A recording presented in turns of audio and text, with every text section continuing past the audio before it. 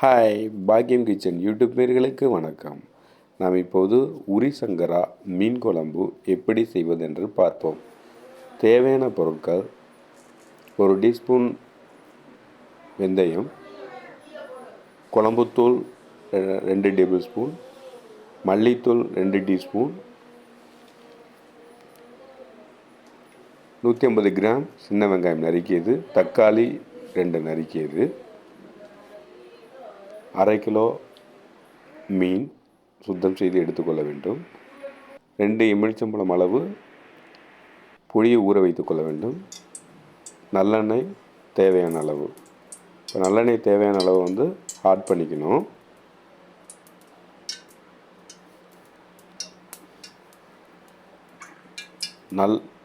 நல்லா சூடாயிடணும் எண்ணெய்.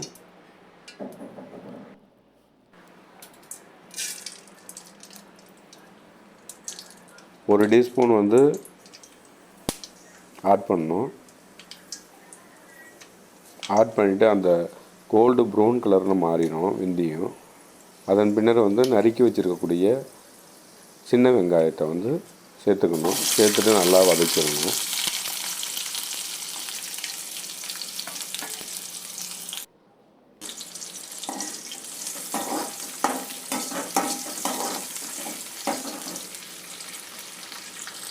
நல்லா கோல்டு ப்ரௌன் கலர் வர மாரி நல்லா வதக்கிடணும். தேவையான அளவு கருவேப்பிலை சேர்க்கணும்.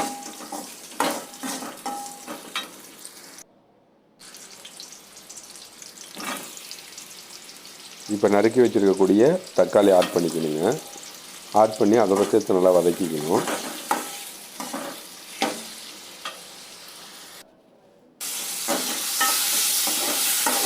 நல்லா வெந்துடணும் தக்காளி வெங்காயமும்.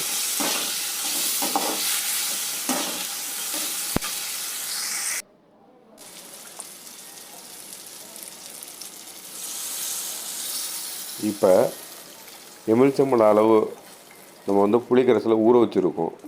2 எலுமிச்சம்பழம் அளவு புளிக்கரைசலை ஊற வச்சுருக்கோம். அந்த புளிக்கரைசல் தண்ணியை ஊற்றி நல்லா கொதிக்க வச்சிடணும்.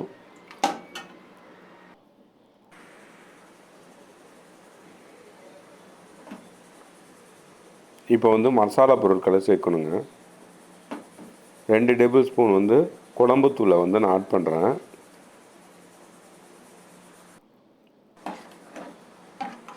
நல்லா மிக்ஸ் பண்ணிக்கணும்.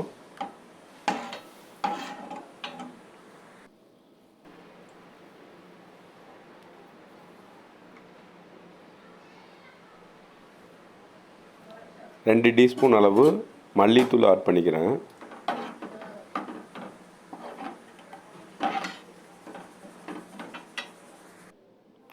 குழம்புத்தூள் சேர்க்குறப்ப ஒவ்வொரு முறையும் நல்லா கிளறி விட்டுக்கணும். மிளகாய்த்தூள் 1 டீஸ்பூன் அளவு சேர்க்குறேன். காரத்தன்மைக்கு ஏற்ப மிளகாய்த்தூள் சேர்த்துக்கொள்ளலாம். மஞ்சத்தூள் அரை டீஸ்பூன்,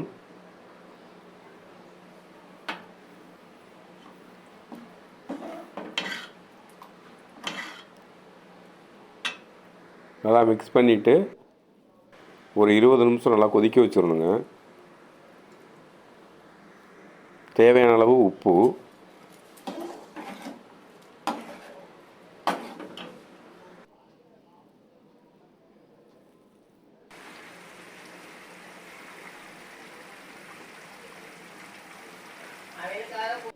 உரி சங்கரா மீன் குழம்பு நல்லா திக்காக இருக்கணும். அப்போ தான் அந்த குழம்பு நல்லா சுவையாக இருக்கும்.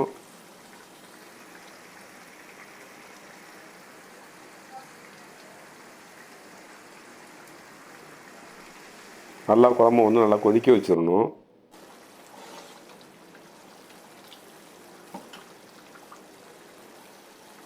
பாருங்கள், இது போல் நல்லா திக்காக இருக்கணும் குழம்பு. இப்போ நம்ம அரை கிலோ மீன் எடுத்துருக்குறோம்.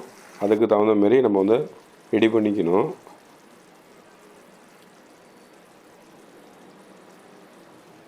சுத்தம் செய்திருக்கக்கூடிய மீனை அதோட இப்போது சேர்த்துக்கணும். சேர்த்து நல்லா மிக்ஸ் பண்ணிடணும்.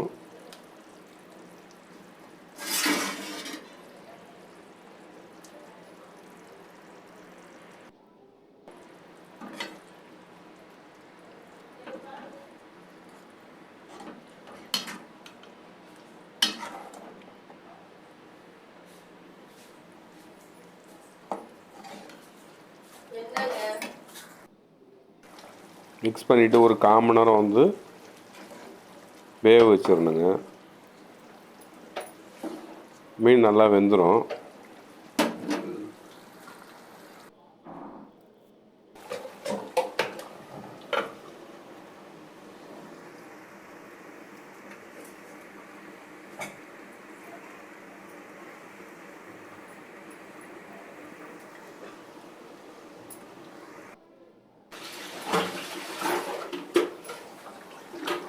மீன் குழம்பு இப்போது ரெடி ஆயிடுச்சு.